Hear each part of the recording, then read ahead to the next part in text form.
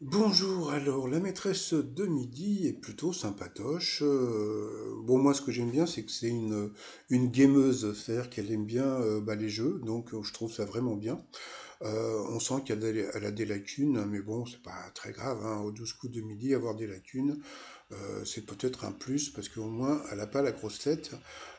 Par contre, Jean-Luc Reichmann est revenu plusieurs fois sur Jérôme, son compagnon, qui a gagné la grosse somme de plus de 260 000 euros au Grand Quiz.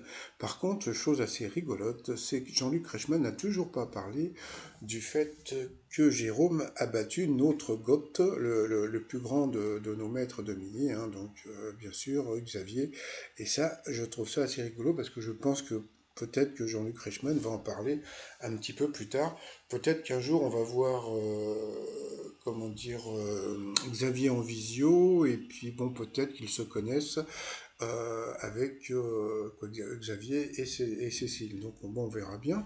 Donc sinon, alors moi ce que je pense que Jean-Luc Reichmann, comme il n'arrête pas de parler du record de son mari, je pense qu'il veut faire gagner, il veut que la maîtresse de midi dépasse son mari dans les gains. Alors le truc, c'est que quand vous regardez, lui, il a gagné 260 000 euros, mais attention, c'est 260 000 euros d'argent, c'est pas avec les étoiles, etc., etc.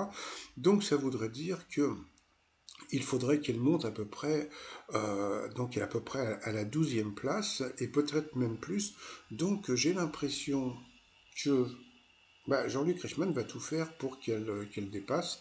Et je me pose même une petite question. Ça, j'en avais déjà parlé. Comme Tata Véro n'est plus là, je me demande si eh bien, la maîtresse de midi actuelle ne va pas rester plus de 100 participations. Donc ça, c'est un pari que je lance. Allez, je vous dis à plus, bye bye.